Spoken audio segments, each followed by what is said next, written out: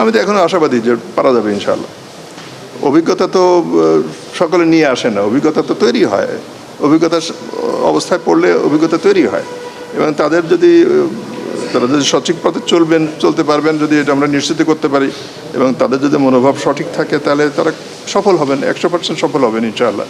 আর যেখানে যদি আমরা যদি কোনো বিচ্যুতি দেখতে পাই, তখন আমরা সেভাবে ব্যবস্থা নেব। কিন্তু ঢালাওভাবে তো কিছু না, আমরা সাধারণভাবে মনে করছি যে তারা প্রস্তুত আছেন, যোগ্য আছেন। যদি কোনো স্পেসিফিক ইনস্ট্যান্স পাওয়া যায় যে না, কোথাও ম্যাটেরিয়ালি কোনো সমস্যা হচ্ছে, আমরা অবশ্যই তাৎক্ষণিকভাবে সেটা বিবেচনা করবো ইনশাআল্লাহ। প্রশাসনের কাজ তো আর এই কোনো স্ট্যাটিক কোনো বিষয় না যে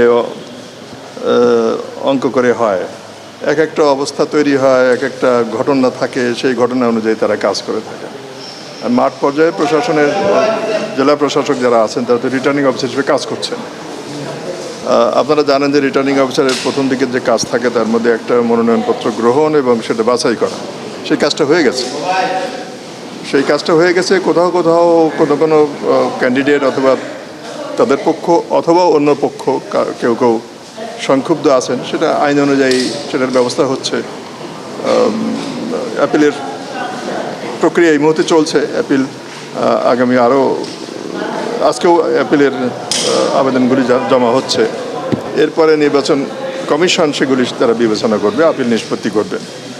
তো আপনাদের প্রশাসনের যে একটু যে পক্ষপাত ইত্যাদি যে কথাগুলি বলছেন, এই ধরনের অভিযোগ আপনারা এর আগেও শুনেছেন, এখনও শুনছেন, এবং কেউ না কেউ কোনো কারণেও সংক্ষুব্ধ হলে তিনি এই ধরনের কথা বলে থাকেন। এখন মুক্ত তথ্য প্রবাহের যুগ, এই সময় সকলে সেভাবে কথা বলবেন। আমরাও চেষ্টা করব, যদি আমাদের কোনো ত্রুটি থাকে আমাদের বা প্রশাসনে বা অন্য কোনো লেভেলে, আমরা সেটার সমাধানের চেষ্টা করব।